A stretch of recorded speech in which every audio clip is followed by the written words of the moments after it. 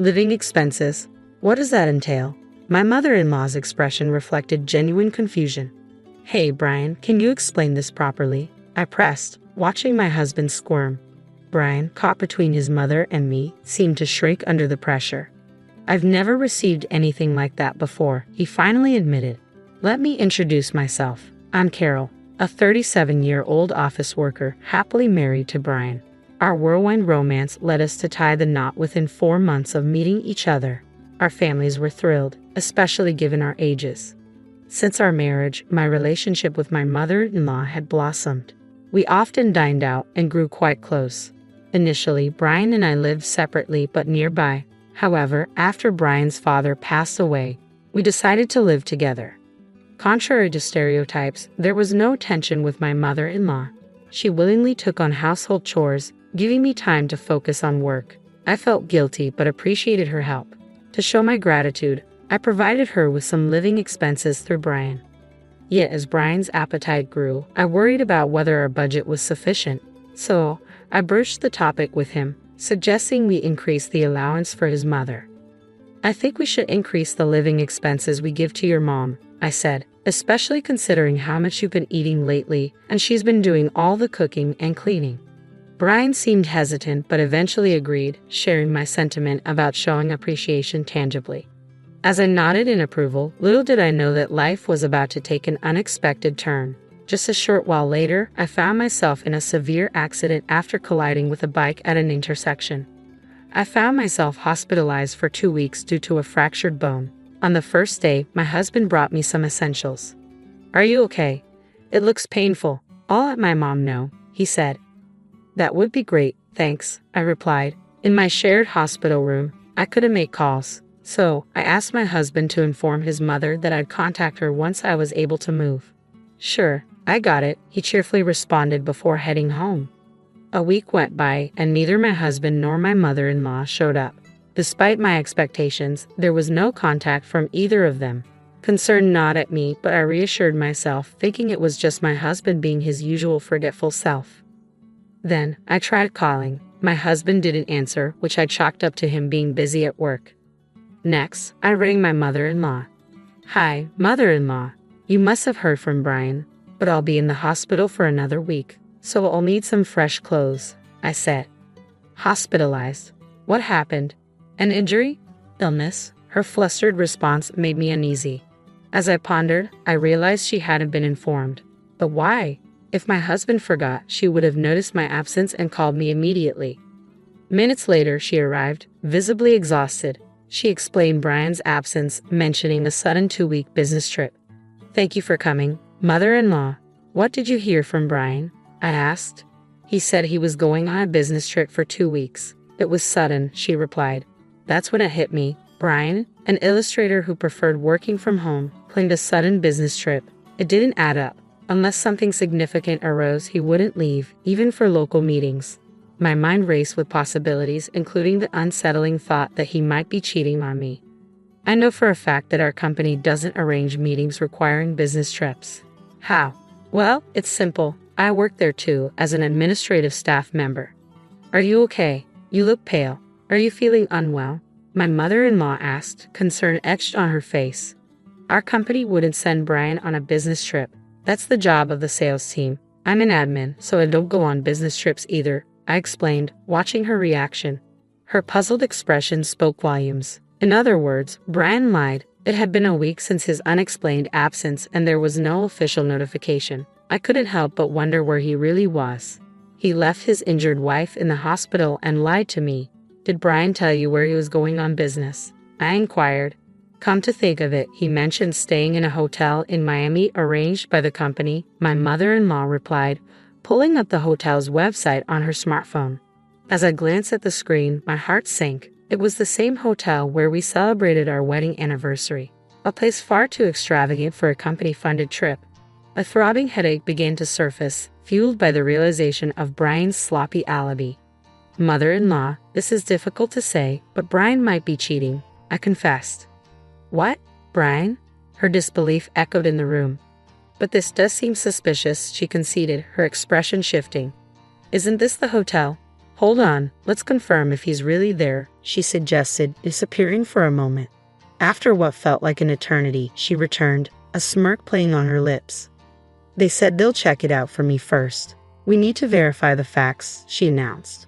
As we waited, about 10 anxious minutes passed by. When I received a call from my mother-in-law, the news was shocking. Brian, my husband, seemed to be spending the night at that hotel, and with another woman, no less.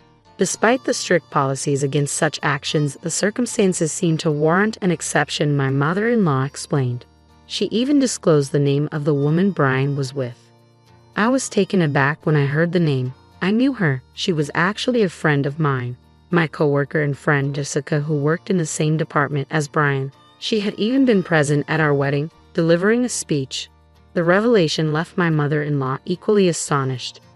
Furious, her face flushed bright red, my mother-in-law was ready to confront Brian then and there. However, I urged caution, suggesting we gather solid evidence first. We decided to hire a private detective. After that, I'm filing for divorce. I can't tolerate a man who cheats with my friend. I plan to seek alimony, so I apologize for any inconvenience this may cause you, mother-in-law, I explained.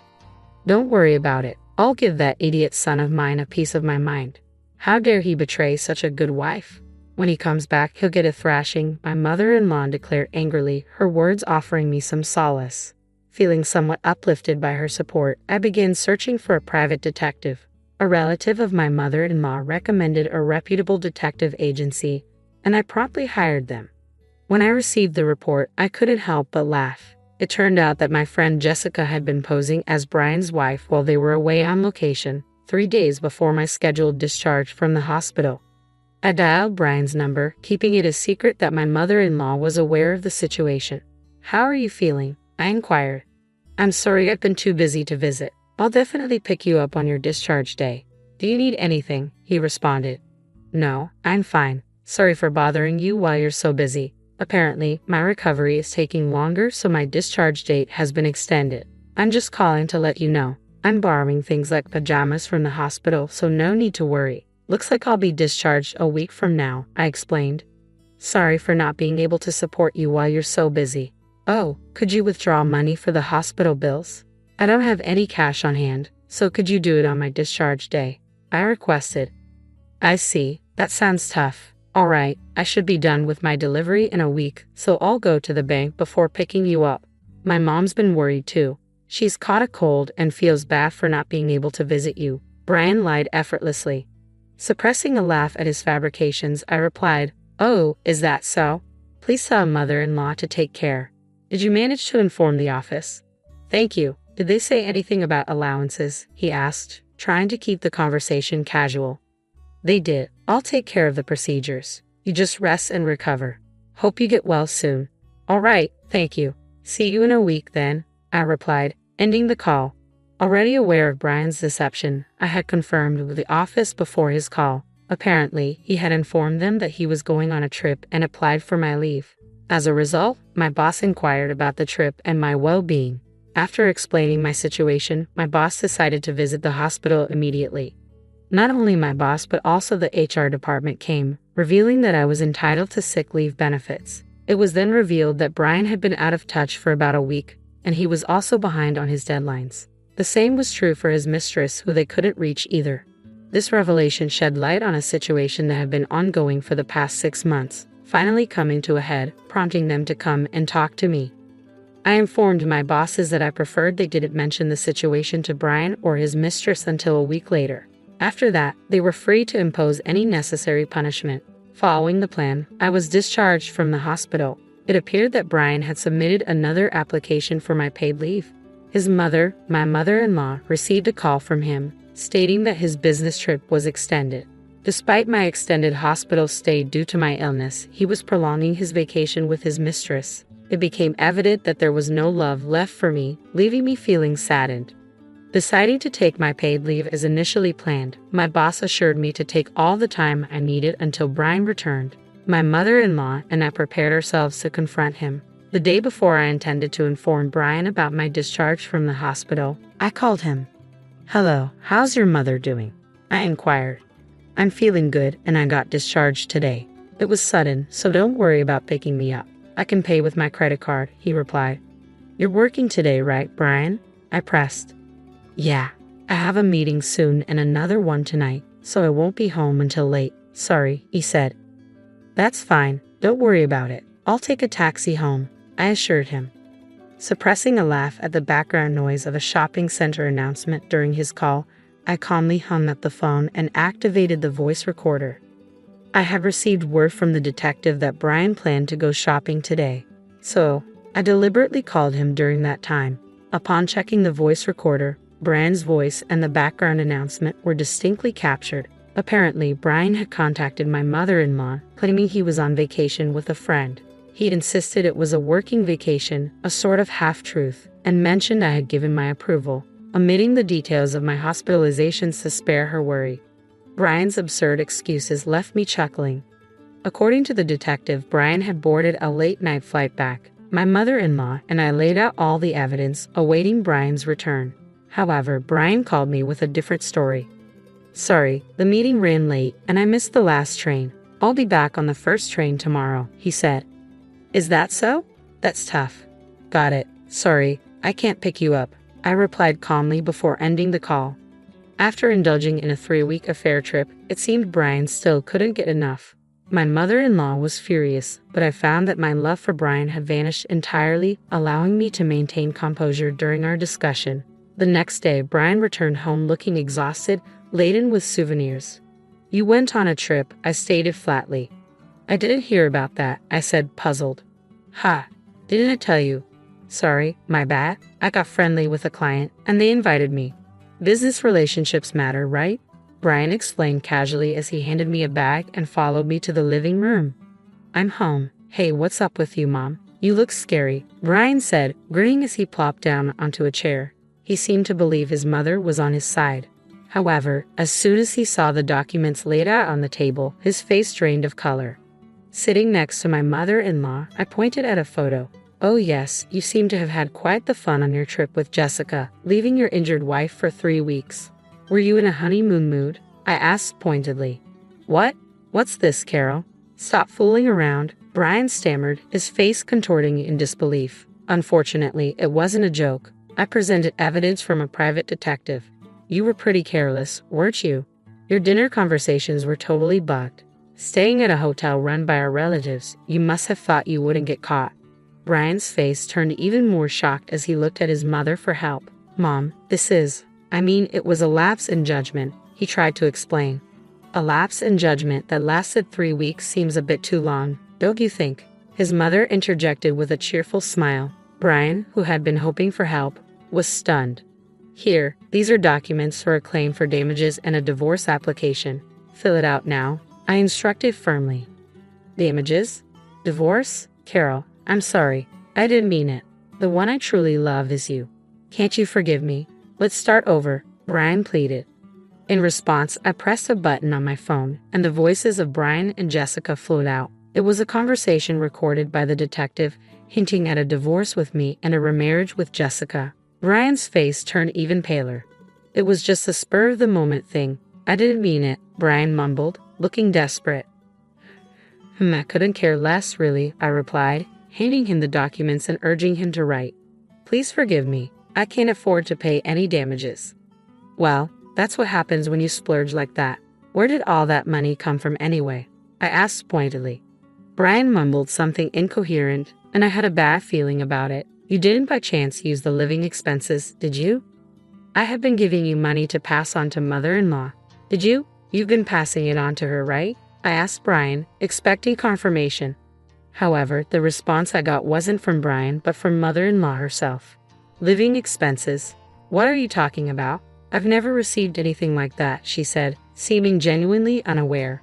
Confused, I turned to Brian. Hey, what's going on here? Explain it properly, I demanded. Mother-in-law and I confronted Brian, who seemed to shrink under our scrutiny. I'm sorry, the living expenses, I used them for our dates, he admitted, his voice barely audible. I felt my already icy affection for Brian grow even colder. He had spent the almost $2,000 I had been giving him every month. All of it. I told you that money was for groceries, utilities, and to thank mother-in-law. That money was mine in the first place, I reminded him, my voice tinged with disappointment. I'm sorry, my salary alone wasn't enough. Brian offered weakly, but it was clear what wasn't enough. The designer items Jessica had. Surely, there must have been gifts from Brian. I swiftly raised my hand to reprimand him, but it was stopped by mother-in-law. Brian watched hopefully, still thinking mother-in-law was on his side. You can't, Carol. If you lay a hand, it'll be to your disadvantage, mother-in-law warned before turning to face Brian. Then, with calm and monotone demeanor, mother-in-law delivered her verdict. I've always thought the sillier the child, the cuter. I've spoiled you too much. Even with the bias, you grew up kind, and your father and I were so happy when you got such a good wife. But now, I'm cutting ties with you. Brian, stunned, tried to protest, but Mom, you're joking, right? Mother-in-law slapped away Brian's pleading hand and handed him a document containing a clause renouncing inheritance. Brian widened his eyes in disbelief, muttering, I can't believe it. It doesn't matter if you can't believe it. It's all true, mother-in-law stated firmly. Dejected and seemingly out of arguments, Brian signed all the documents presented. Afterwards, mother-in-law kicked Brian out. He had apparently been misusing company entertainment expenses and was claimed for reimbursement by the company. Brian ended up living in an apartment without a bath, forced into a poor lifestyle after paying alimony and facing reimbursement claims. I claimed alimony from his mistress, Jessica, who, as it turned out, was married. Her husband was away on business, so I contacted him through social media and claimed alimony. As a result, Jessica avoided divorce but had to quit her job, forced to live with her husband's family in a rural area without internet connection, where she was made to work from dawn till dusk. Having lost my parents early, I ended up being adopted by mother-in-law. Initially reluctant because of Brian's infidelity, mother-in-law eventually accepted, and we sold the house, buying a new one just for the two of us. I want to take good care of mother-in-law until the end. My name is Jason Miller. I toil away as a laborer in a modest factory, lacking any noteworthy qualifications. Straight out of high school, I plunged into the workforce, compelled by financial constraints that rendered quitting an unattainable luxury. Despite the meager earnings, I trudged on, my wallet now holding only a lone $100 bill, scarcely sufficient for mid-month expenses. With around $500 resting in the bank, I reckoned I'd scrape by somehow. In the midst of my musings, a forlorn figure caught my attention. A disheveled girl clad in a high school uniform not familiar to our locale stood before me. Despite the chill in the air, she wore no coat, her knees marred by scrapes, and her attire in disarray. What's troubling her? My curiosity piqued. I halted my stride to observe her plight. Shouldn't she be heading home? Seated there at this hour, perhaps she's taken ill. Her attempts to warm her freezing fingers by rubbing them together did not escape my notice. Leaving her be risks her getting caught up in trouble. What's the best course here? Resolving to act, I ducked into a nearby cafe, procured some steaming beverages and donuts, and approached her. As I drew near, the girl tensed, a hint of fear flickering across her features. Good evening. No need to fear. I won't harm you. I noticed you seemed cold, and I thought it offers some warmth. Would you like this? I extended a freshly purchased cup of hot lemon tea. She tentatively accepted, pressing the warm cup to her cheek for comfort. Are you hungry? Hunger only worsens the cold. Here, would you care for a donut? Uncertain of her preferences, I selected one at random, wondering if she'd receive it. With a soft thank you, she accepted the offering. Aren't you heading home? She shook her head in response, but offered no explanation. Could she have fled her home, I pondered, wary of delving too deeply into her circumstances. Then, a gust of wind lifted her skirt, revealing a network of painful wounds on her legs. What happened? She hastily concealed her legs, but not before I caught sight of the injuries. Did someone hurt you? Were you attacked? Her demeanor stiffened, reluctant to divulge. All right, no need to talk if you don't wish to, but lingering here puts you at risk. How about heading home? In a barely audible voice, she murmured. No. I was planning to go to my dad's, but it's quite a distance away. Her father's place, so she's staying with her mother now.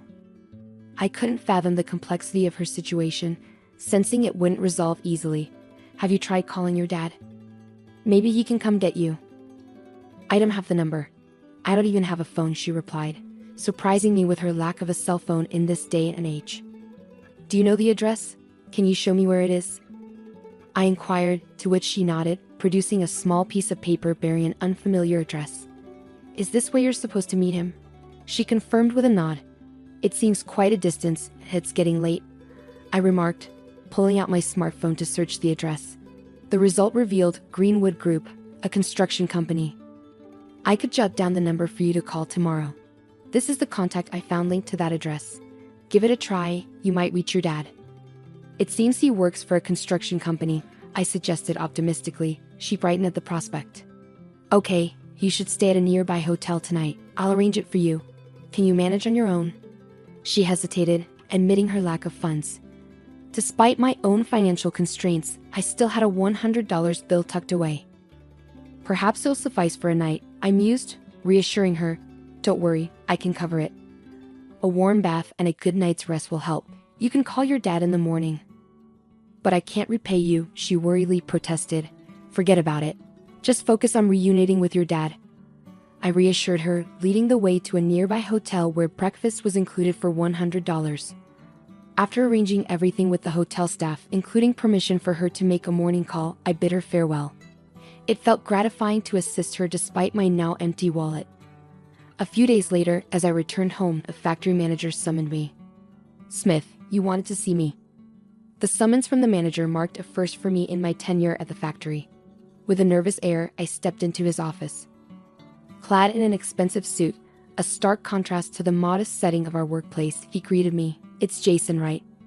Yes, sir, Jason Miller, I confirmed, my apprehension mounting. You won't need to come back here, he stated bluntly. I beg your pardon? What's the reason? I stammered, bewildered by this sudden dismissal. It means you're being terminated, he declared, his tone leaving no room for negotiation. I struggled to comprehend. Could you please explain? Have I committed an offense warranting termination? I can't recall any wrongdoing. We can't tolerate troublemakers like you in our establishment, he asserted. What exactly makes me a troublemaker? And are you connected with the mafia? I blurted out, my mind racing with confusion. What? Absolutely not. That's absurd, he denied vehemently. I offered you a job straight out of high school, and now you're implicated with the mafia. That's preposterous. I've never had any dealings with the mafia, nor have they approached me, I protested vehemently. Your protests don't change the fact that the mafia is inquiring about you. As a company, we can't afford such associations, he countered. I was never the company's first choice anyway. The previous owner used to say things like, as long as someone's motivated, even a high school graduate will do, he disclosed. That's news to me. His decision has put me in quite a predicament. Please, I assure you, I have no ties to the mafia, I pleaded desperately. I couldn't care less about your predicament. It's none of my concern, he retorted callously. Why not seek help from the mafia then? They might assist you, he suggested coldly. I swear I have no connections with them. There must be some misunderstanding. Please reconsider, I implored, grasping at any hope of retaining my job. The decision stands. We can't afford social liabilities in our small factory, and don't fabricate such tales next time you seek employment, he admonished sternly. I'm not fabricating anything. I've never associated with such individuals, I protested earnestly. Then were you running with a rough crowd in high school? Is that the kind of company you keep? He interrogated. That's impossible. Please, Mr. Smith, believe me, I pleaded, desperation creeping into my voice. Enough. Just leave. You'll be compensated for today, he dismissed me coldly. Never darken our doors again. No. There must be some misunderstanding, I persisted, but my words fell on deaf ears. He regarded me with disdain, pointing toward the exit. Is that all you have to say? I heard your side. Now go. I've work to attend to. With a heavy heart, I realized it was the end.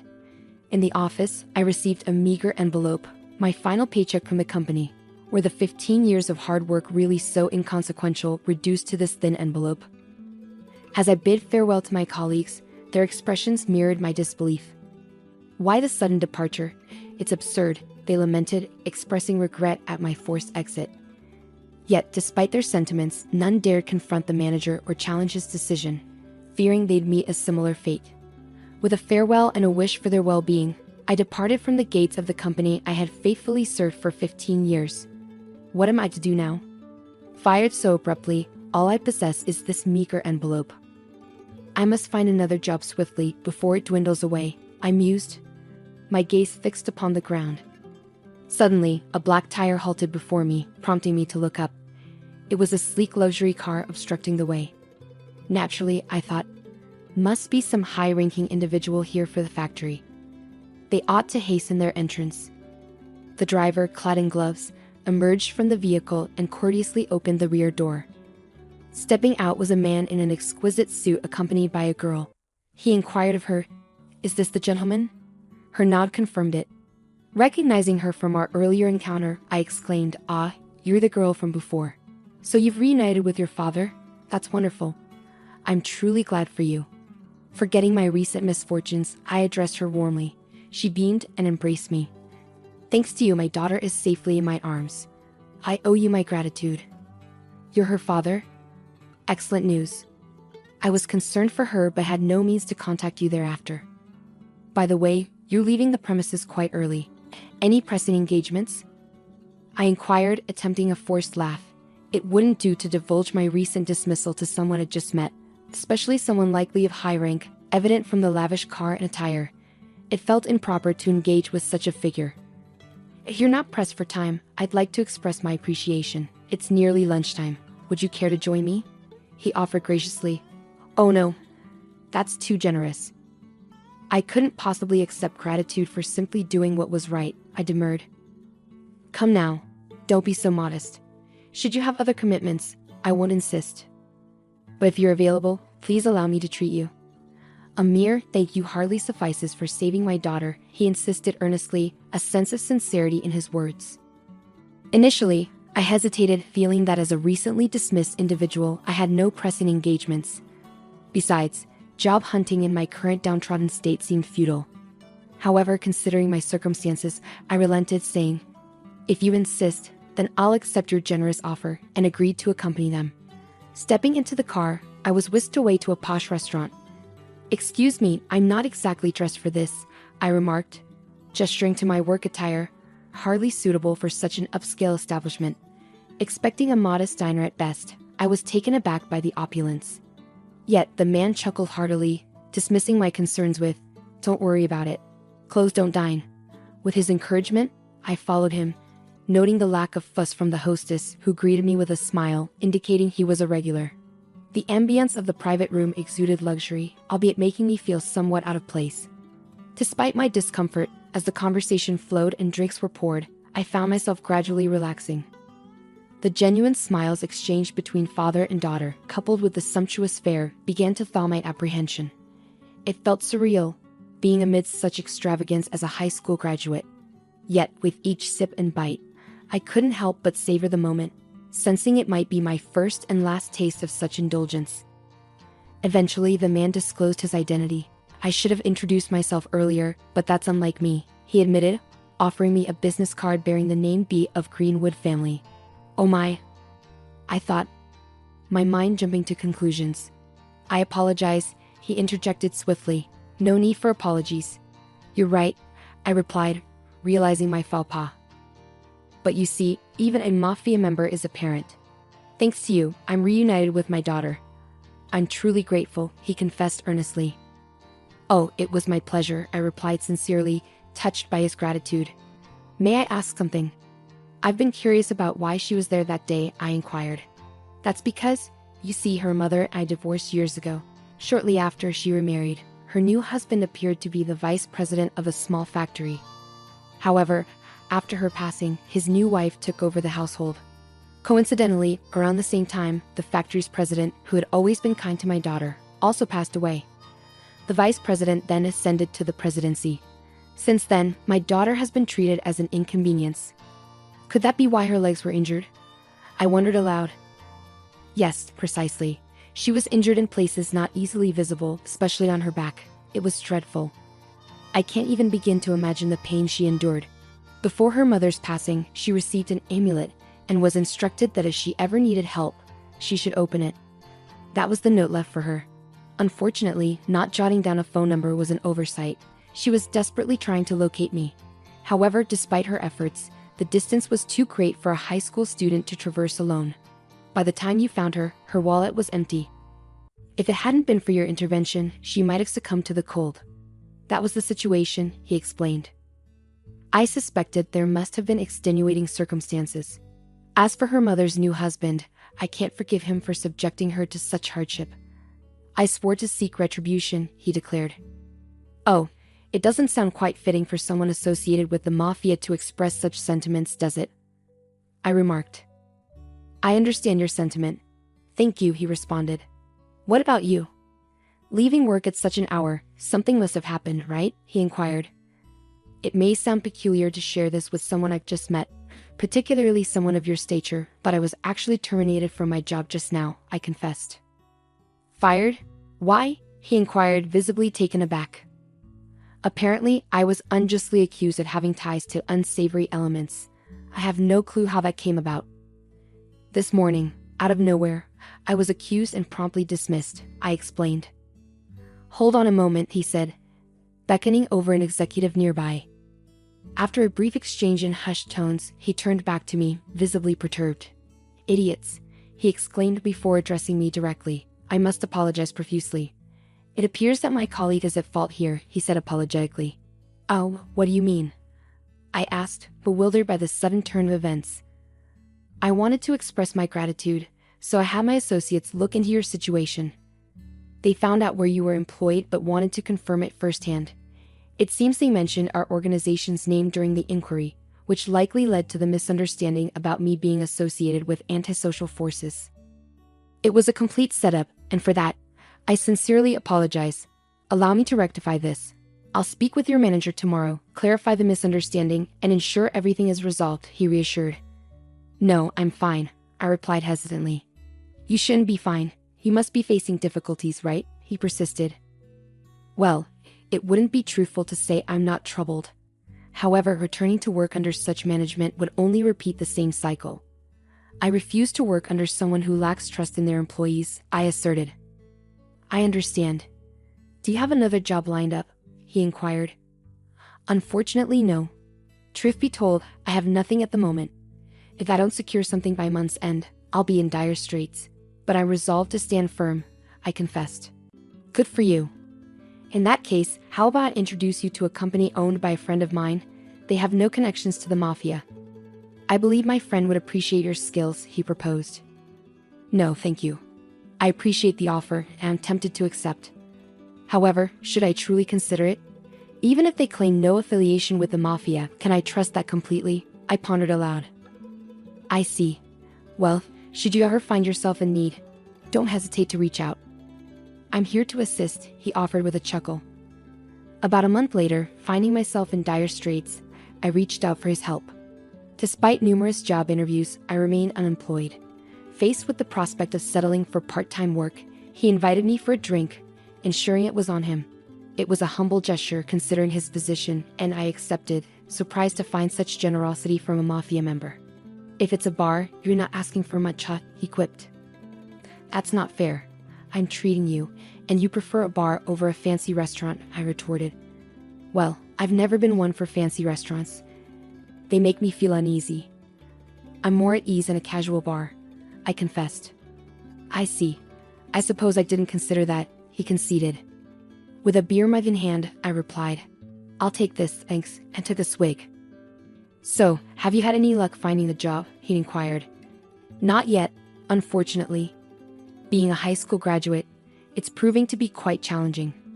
I've applied to numerous companies, but no success, I admitted. That's a shame. Say, would you mind assisting me with something? He asked, causing my heart to skip a beat. Being asked for help by someone associated with the mafia didn't bode well in my mind. However, he continued, I understand if you're hesitant, but rest assured, my request is not what you might expect. Even though I'm affiliated with the mafia, not all our endeavors are nefarious. I merely seek justice for my daughter, he divulged. Justice, yes. Over the past month, I've been investigating the individual responsible for my daughter's suffering. It transpired to be the manager of the company you were employed at. He operates as the factory's manager. Unlike his predecessor who wore work attire and engaged with the workforce, this man dons expensive suits and avoids the factory floor entirely. He resides in a luxurious neighborhood over an hour's drive away, which explains his habitual tardiness. Absolutely, a classic example of executive negligence. My daughter practically served as his maid, and it appears she wasn't even adequately nourished. Reduced to tears while eating a single bagel. Unbelievable, isn't it? Yes, unfortunately, it's true. How could he treat my daughter in such a despicable manner? He muttered, frustration evident as he finished his beer. Hence, my desire for retribution for my daughter.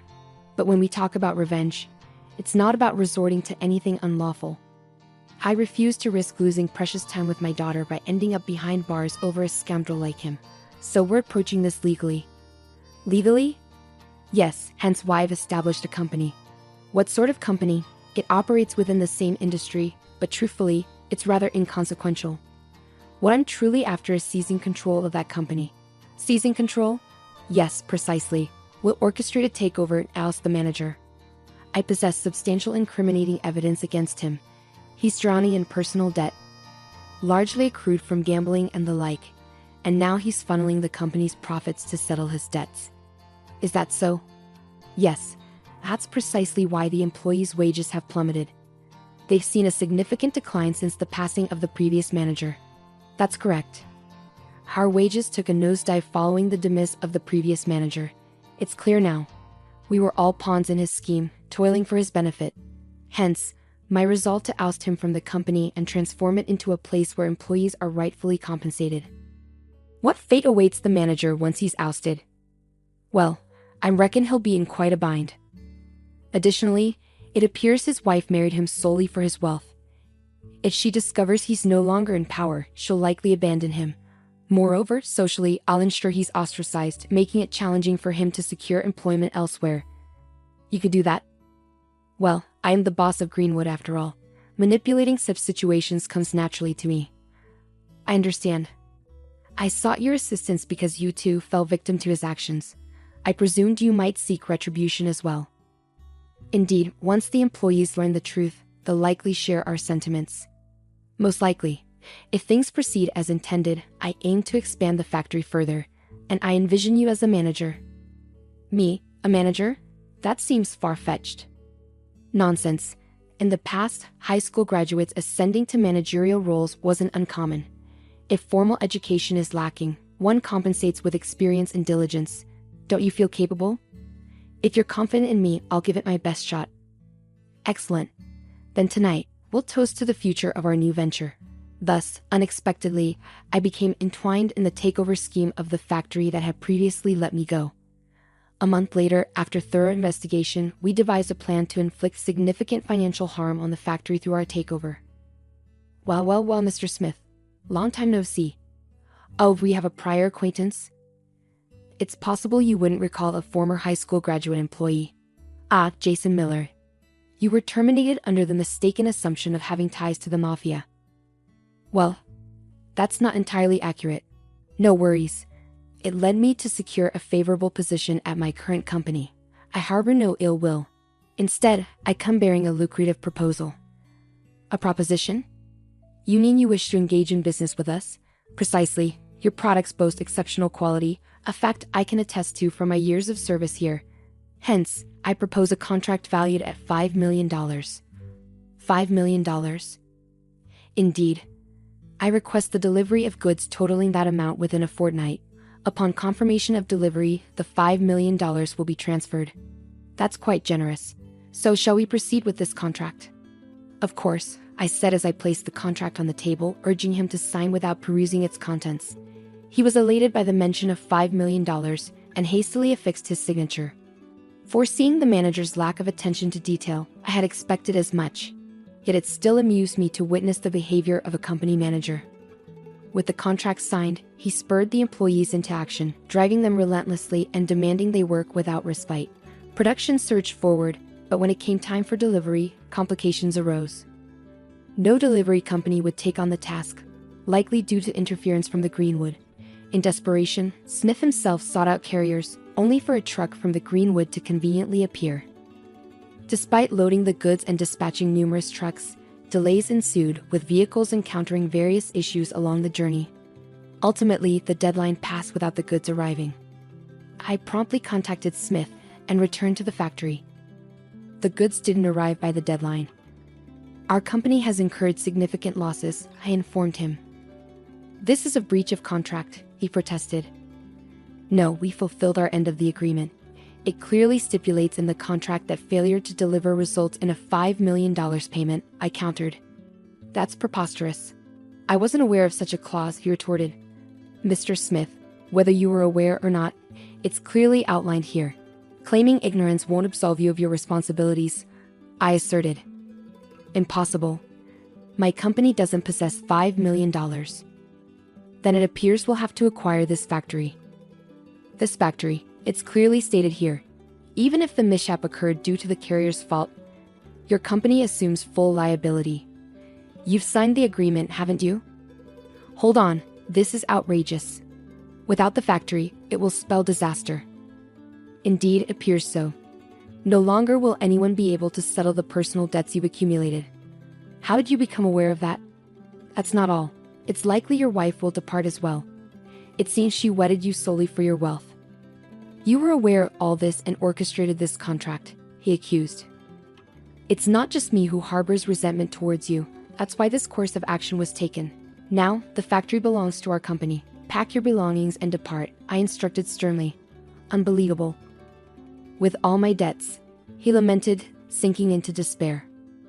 Following his expulsion from the factory, he sought solace with his wife, imploring her assistance in clearing his debts.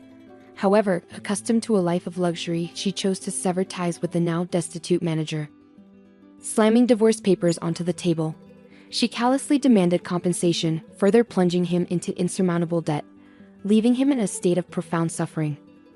Upon reporting the entire ordeal to the boss, he expressed satisfaction and commended my actions. Henceforth, he'll find no employment with any reputable company. He'll come to truly understand the consequences of betrayal. Yes, may he face torment in the depths of hell, I concurred. Presently, you're the manager of this factory. Will you endeavor to expand the company for the benefit of the employees and yourself? My colleague inquired. No, that's not my primary motivation. I didn't undertake this for personal gain. I did it for the sake of my daughter, you, and all the hardworking employees at this factory. It's imperative that we prioritize the happiness of our employees, I clarified. Understood, sir. We'll ensure the employees' well-being, they affirmed. With that result, I resumed my role as the factory's manager, greeted warmly by my former colleagues. Thank you all for remaining steadfast. Together, let's strive to enhance the factory and ensure every employee receives fair compensation. This factory belongs to all of us, I proclaimed during my inaugural address. My colleagues erupted into cheers, welcoming me back wholeheartedly. 3 years ago, Nick tied the knot with Jolie. Frankly, had it not been for her unexpected inheritance of the family business following her father's untimely demise, Nick might never have walked down the aisle with her. Mr. McMillan, once robust and seemingly invincible, succumbed to a sudden stroke, leaving Jolie as his sole heir. Nick, a charming but idle individual accustomed to leeching off women, couldn't help but take notice. Jolie, swayed by Nick's smooth talk and promises, fell under his spell, while Nick saw in her a golden opportunity, his plan. To buy his time until something more lucrative came along. As luck would have it, Jolie's inheritance turned out to be the golden ticket Nick had been waiting for. With her newfound wealth, she became his jackpot. Nick, confident in his ability to manipulate her growing affection, envisioned controlling her fortune for his own gain. Initially, Nick's scheme unfolded smoothly. Jolie, engulfed in grief over her father's passing, leaned on Nick for support, oblivious to his ulterior motives. Nick seized the moment, showering Jolie with care and attention during her time of need, all the while concealing his true intentions. He kept up his facade until they exchanged vows, ensuring there was no turning back. After the funeral, Nick proposed marriage, suggesting they wait until Jolie had mourned her father properly. However, when Jolie questioned the necessity of a prenuptial agreement, Nick's true colors began to emerge.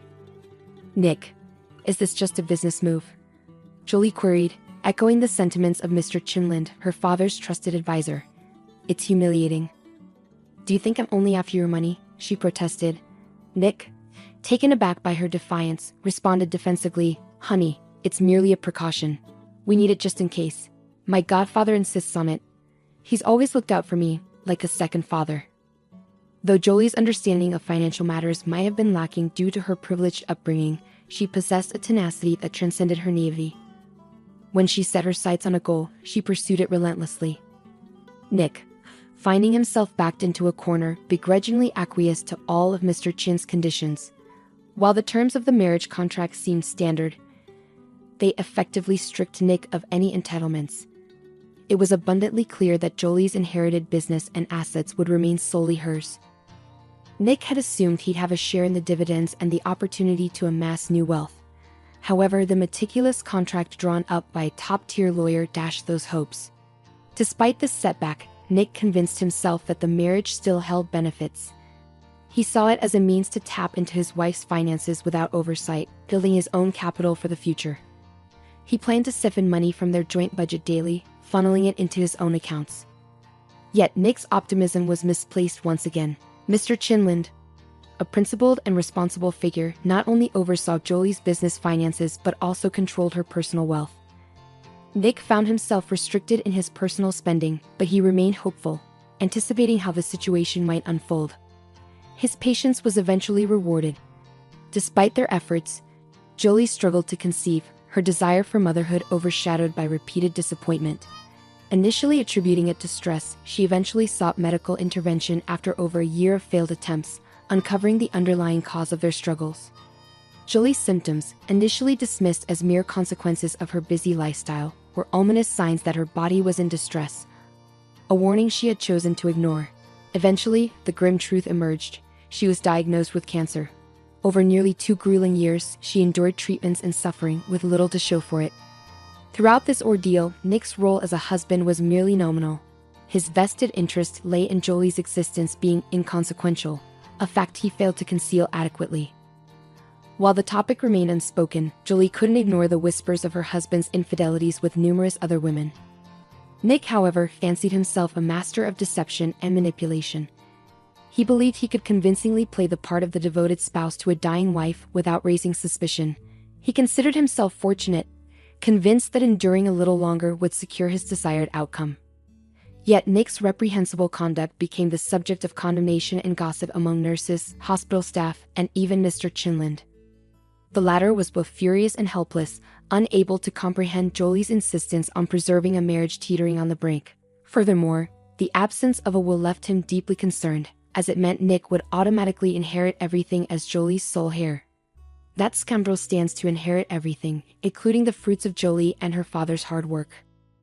It would render everything they've built futile, Mr. Chinland lamented. The elderly man found himself grappling with the delicate task of broaching a sensitive subject with his goddaughter, who, until just yesterday, had exuded health and vitality but now faced an inevitable decline. With each passing moment, her time grew shorter, measured not in months but in weeks. Meanwhile, Nick's anticipation burned bright, his greedy ambitions unmasked in his eager demeanor. He saw in Jolie's looming demise not just tragedy but opportunity, a chance to rid himself of his ailing wife and secure a substantial windfall. Mr. Chinland silently prayed that he wouldn't have to initiate the discussion about Jolie's will himself. Fortunately, his concerns were unfounded. Jolie took the initiative, revealing a secret plan that left him speechless. Her meticulous plotting, executed with a finesse and ruthlessness he never anticipated, served as a chilling reminder that revenge truly is a dish best served cold. Though Jolie's scheme required little time and effort to devise and execute, it marked the culmination of her earthly journey, allowing her to realize her deepest desires. Sadly, her loved ones did not witness a miraculous recovery. Instead, they bid farewell to Jolie as she passed away, her funeral arrangements meticulously planned and communicated with serene determination, ensuring her final wishes were carried out with precision. The day following the somber farewell ceremony, the notary summoned those named in Jolie's will for its official reading. Nick was taken aback by the unexpected news. He had been convinced that his wife had not taken the precaution of drafting such a document, assuming he would naturally inherit everything, as the law often dictates in such circumstances. Nonetheless, clinging to a glimmer of hope, he reluctantly attended the meeting, accompanied by his new mistress, the stunning Shirley. Upon entering the notary's office, Nick was surprised to find Mr. Chinland and Jolie's friend, Kurt Turgan, in attendance. However, what truly caught him off guard was the sight of Kurt pushing a stroller containing a baby boy. Despite being aware of Kurt's marital status and recent parenthood, Nick's astute instincts quickly pieced together the puzzle, revealing a hidden agenda at play, a realization that left him feeling outwitted. Nevertheless, curiosity compelled Nick to stay and discover the contents of Jolie's will, despite his growing apprehension about its potential humiliation. For what felt like an eternity, silence enveloped the room as each individual occupied their own corner, waiting in tense anticipation. No further attendees arrived, leaving the notary to prolong the preamble, emphasizing the solemnity of the occasion and the honor of carrying out the deceased's final wishes. Even then, Nick could discern from the wicked grin etched on Mr. Chinland's face that the contents of the will were a clandestine affair reserved solely for him. Finally, Nick's name was called. "To my lawful husband Nick, I deny the inheritance," declared the notary, the words ringing with a stark finality. As the brief yet impactful sentence echoed in the room, the notary turned to Nick, prompting him to confirm his understanding of its significance. With a heavy heart and a sense of profound humiliation, Nick could only nod in acquiescence. In that moment, Shirley reached for his hand, ready to defiantly depart, but Nick firmly kept her in place, ignoring her questioning gaze. Though every fiber of his being urged him to flee from the scene of his public disgrace, the drama was far from over, and the invited spectators demanded closure. With a measured pause, the notary continued. "I bequeath all my personal property to my only son, Robert Turgis, until he reaches adulthood. I appoint his father, Kurt Turgan, and Mr. Chinland as guardians and administrators of his estate," announced the notary, dropping a bombshell that reverberated through Nick like a devastating blow to the gut. The revelation of Kurt's paternity shattered Nick's patience, eliciting a shocked cry of disbelief. Yet, aside from Nick and Shirley, the revelation elicited no surprise from the assembled witnesses. "Is the boy Jolie's biological child?" Nick's voice trembled as he gasped for breath, his words punctuated by desperation. "Yes, Robert is the biological son of Jolie and Kurt," Mr. Chinland confirmed, his tone resolute. "She hasn't been pregnant in the last 2 years. It's impossible." Nick grasped at straws, though he knew all too well that modern science had rendered pregnancy unnecessary for parenthood. "The marvels of medical progress never cease to amaze," Mr. Chinland remarked, observing the unfolding scene with a mix of pity and detachment. For Kurt, the memories of 2 years prior flooded back, a chilling reminder of the moment he learned of his best friend's grim prognosis. He marveled at her composure as she calmly discussed her limited time and her unwavering determination to fulfill her maternal longing. "I had my eggs preserved before beginning treatment," she had revealed, her resolve unyielding in the face of adversity. "I was told that I probably wouldn't be able to raise my own child, but I insisted, Kurt. I grew up without a mother, and I know it isn't easy, but I always felt her love and protection." "Does Nick agree to raise the child alone?" Kurt cautiously inquired. "Who would allow him? He would gladly become a guardian and use the baby's money, as he lacks conscience," Jolie replied bitterly. "No, I've already realized that my dear spouse is someone of questionable character, to put it correctly, and his reaction to my diagnosis and prognosis. I don't even want to speak about him. This man isn't worth getting upset about." "And what of the baby?" "That's what I wanted to discuss with you." Jolie hesitated, a rare moment of uncertainty for her fearless demeanor.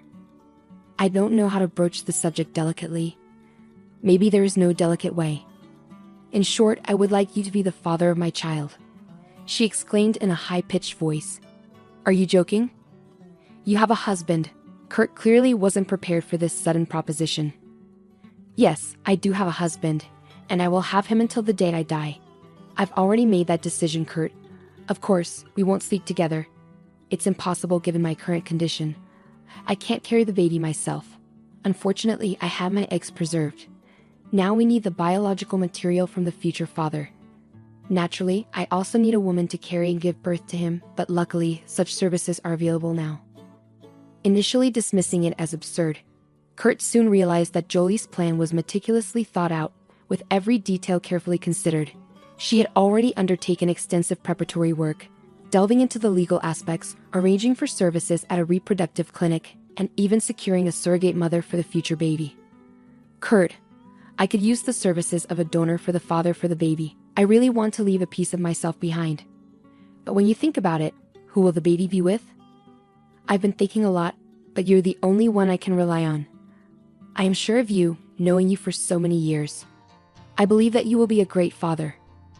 I understand that you want to create your own family, get married, and have children naturally. It's logical.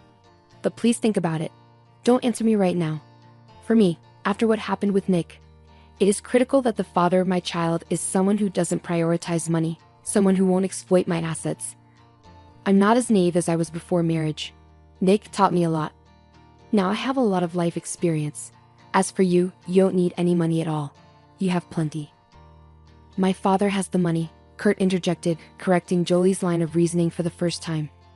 You know you're going to get it. You worked tirelessly to keep the family company thriving. You've never been needy. Now I know for a fact that a man who grew up poor will never stop thinking about having enough to eat. And if his decency is also lacking, there will be a big problem. I have experienced that firsthand, Jolie sadly added. To be honest, I'm completely confused. I had an entirely different idea of becoming a father. I need to consult my parents, understand that I can't make such a decision alone. I will need the help of close family members when I become a father, so I have to inform them and ask for their opinion. Jolie had no objections, but she requested that Kurt promise to keep their arrangement a secret. The conversation with Kurt's parents proved challenging.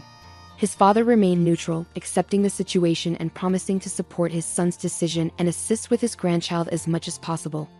His mother, however, struggled with the idea. Like any mother, she wished for her son to marry and have children with a good woman. While she held Jolie in high regard and felt immense sympathy for her, the thought of her potential grandchild being born to another woman, especially with Jolie's illness, was difficult for her to accept. Could the child inherit the disease, she asked, the question lingering uncomfortably in the air. Though hesitant to broach such a sensitive topic, she couldn't ignore the potential risks to her grandchild's health. Jolie does not have a hereditary form of the disease, Kurt reassured her, alleviating some of her anxiety, though not entirely.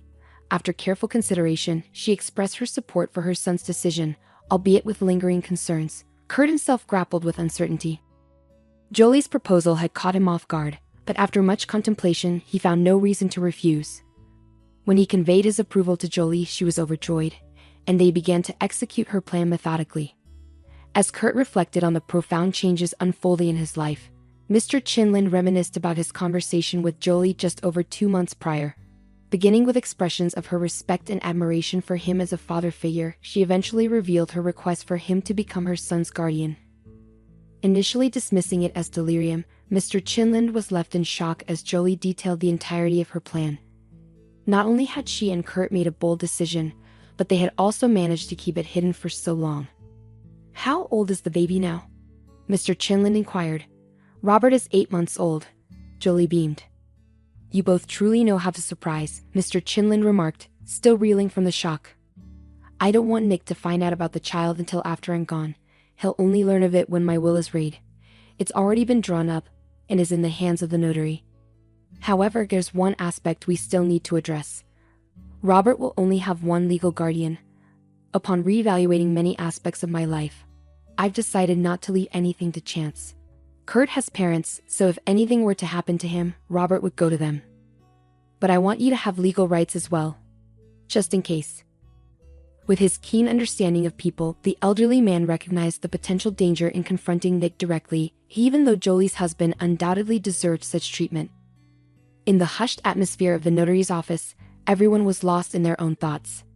It was clear to see that Nick was cursing Jolie in every possible manner. People like him often fail to grasp that their own actions may have provoked such responses. Introspection of that kind is often too complex for individuals like him.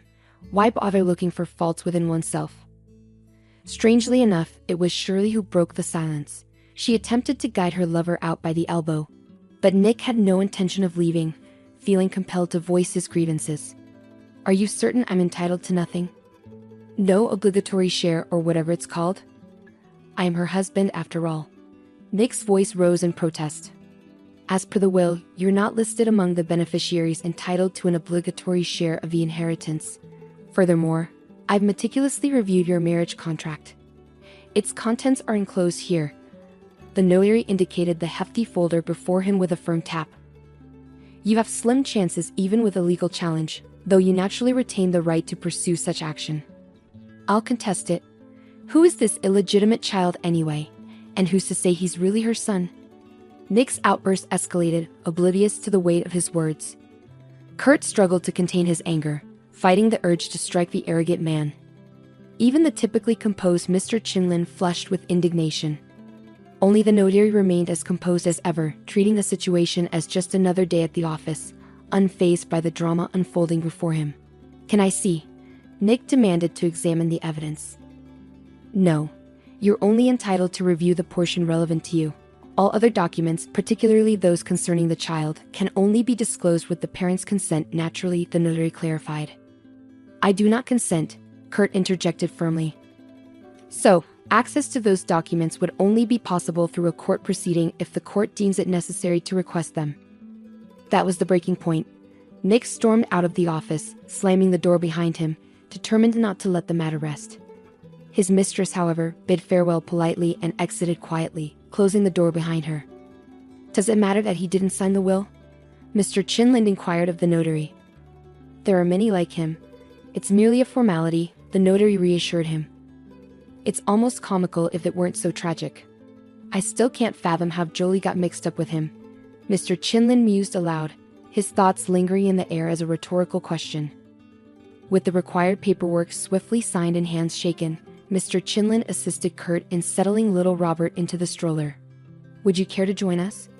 I could use some fresh air, and it's good for the baby," Kurt invited. "Certainly, I'll join you for a while." They walked in silence, the gentle rustle of the stroller wheels providing a soothing backdrop. "Do you think Jolie would approve of how I'm handling everything?" Kurt finally voiced the question that had been weighing on his mind. "I'm certain she would. You're proving to be a remarkable father, and the bond between you and Robert is undeniable," Jolie's godfather reassured him. "Truth be told, there's something that's been nagging at me. You know, I have a feeling Jolie mentioned to you that I had advised against what transpired at the notary's office," Mr. Chinlin brought up. "Are you referring to the whole debacle with the will and Nick finding out about Robert?" Mr. Chinlin nodded in acknowledgement. "Of course," Kurt replied. "I was the one who constantly brought up the conversation about that. I didn't like this idea from the very beginning. He's a nasty type, angry, stupid, and mercenary. Why provoke him?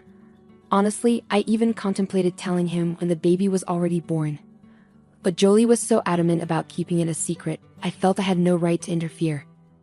I thought perhaps she just didn't want to deal with him herself and left these disputes to us. Seeing him today with that woman, shamelessly flaunting it, makes me question whether I made the right decision by not standing my ground." His reaction, the look on his face, it was chilling. Maybe it would have been better to confront him earlier. I believe Jolie didn't want to either. That played a part too, and the desire for revenge. She wanted to get back at him because she loved, regardless of what she claimed later. She loved deeply, and this corrupted love left her no other recourse. "My poor girl," the elderly man wiped away a tear trickling down his cheek. "Don't grieve for her. She asked us not to. She asked us to direct all our love, which was for her, to Robbie," Kurt comforted Jolie's godfather, while the others reminisced. Meanwhile, Nick and Shirley observed from the car, discussing the same topic.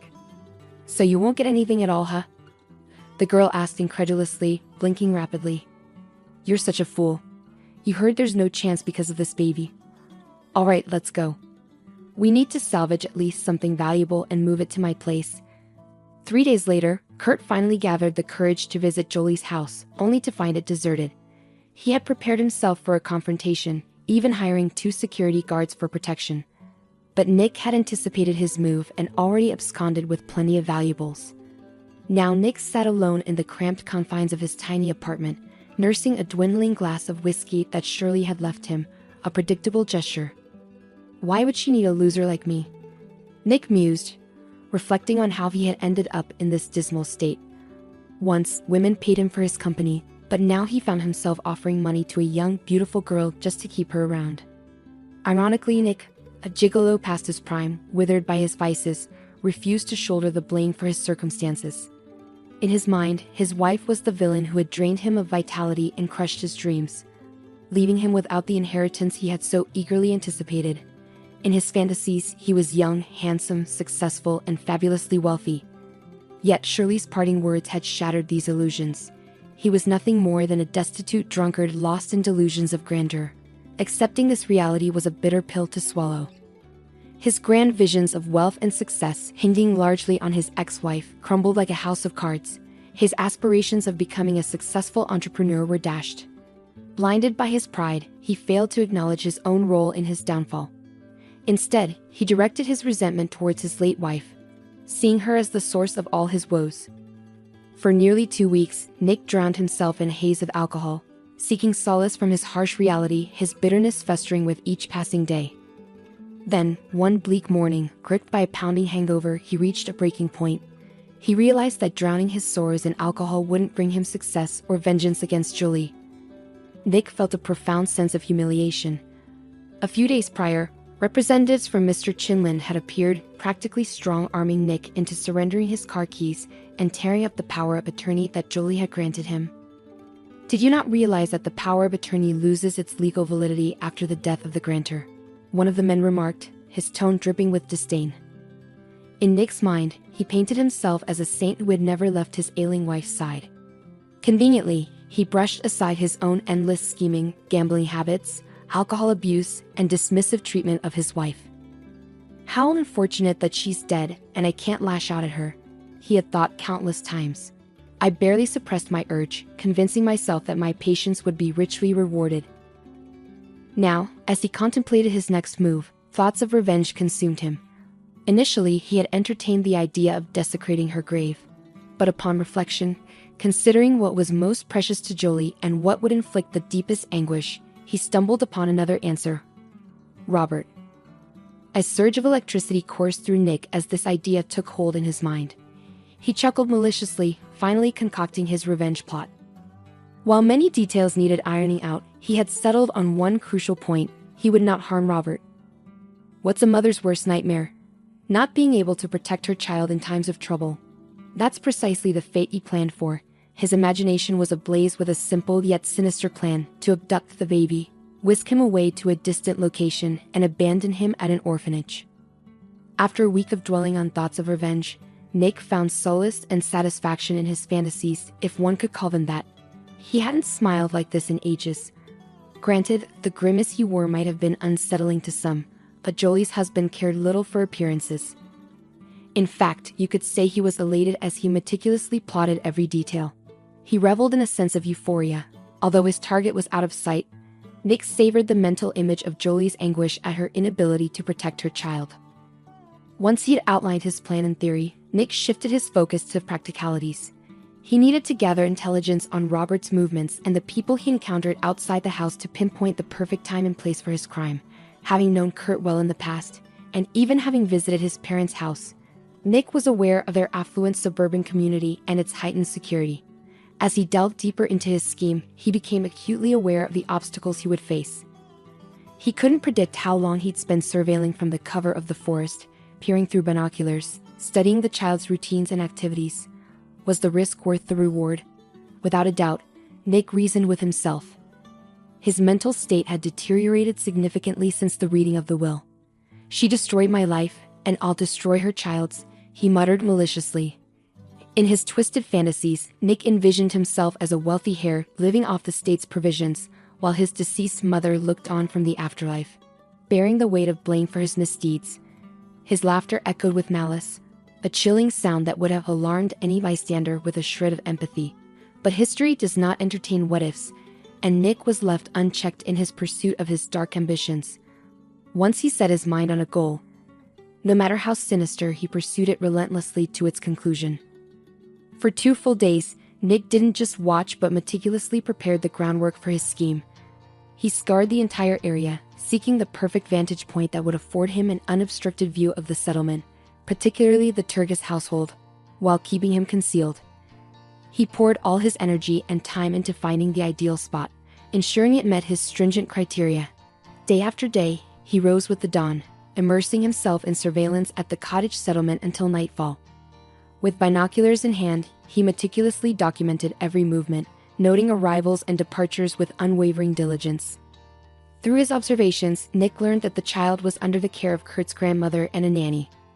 Both Kurt and his mother were unsuitable targets for Nick's plans. It would recognize him immediately. Nick had no intention of facing consequences for his actions. Anticipating police inquiries, he aimed to deflect suspicion away from himself. Thus, he identified the nanny as the target of his scheme. She followed a predictable schedule, walking with Robert along familiar routes at set times. Luck seemed to smile upon Nick when, on a Wednesday, the nanny ventured beyond the settlement's secured confines for a daytime stroll with the sleeping baby. She followed a forest path to a clearing where she met another nanny from a neighboring settlement, her laughter carrying through the air. Recognizing an opportunity, Nick decided to limit his visits to the settlement to Wednesdays, minimizing the risk of drawing attention to himself. His plan was meticulous, akin to a well-oiled machine. Each Wednesday, like clockwork, the nanny ventured into the forest. For 4 consecutive weeks, Nick observed this routine, ensuring its consistency. As the 4th Wednesday approached, he knew the time had come to execute his sinister plan, confident in its precision and success. He acquired a potent stun gun from a local market, exchanging cash to evade detection. Every aspect of his plan was meticulously arranged to minimize the risk of capture. Securing an old car, he appropriated license plates, ensuring they were affixed inconspicuously. He strategically positioned the vehicle for a swift getaway, yet far enough to evade suspicion. Disguising his appearance was paramount, taking precautions to obscure his features and physique to evade identification. Obsessed with thoughts of kidnapping, he became consumed by them, even dreaming of the deed in vivid detail. As the fateful day drew near, he shed nearly 7 kilograms, a physical manifestation of his preoccupation. A haunting aura of neurosis and fixation began to manifest in his countenance, a visible testament to his unraveling psyche. On the appointed Wednesday, he parked in his chosen spot, his nerves taut with anticipation. As he spied the nanny guiding the stroller down the path, a tremor of apprehension coursed through him. The meticulous planning had insulated him from the grim reality of his impending actions. He was poised to confront a stranger, to assault her with a stun gun, and to wrest the child from the safety of the stroller, all in a desperate bid to enact his vengeful scheme. Reality shattered his preconceived notions, starkly contrasting the simulated scenarios of his imagination. Here, everything was palpably real. The unsuspecting woman, the innocent child nestled in the stroller, his gaze filled with innocent wonder. Nick was not inherently predisposed to violence, but his festering animosity towards Jolie propelled him across the threshold of moral restraint.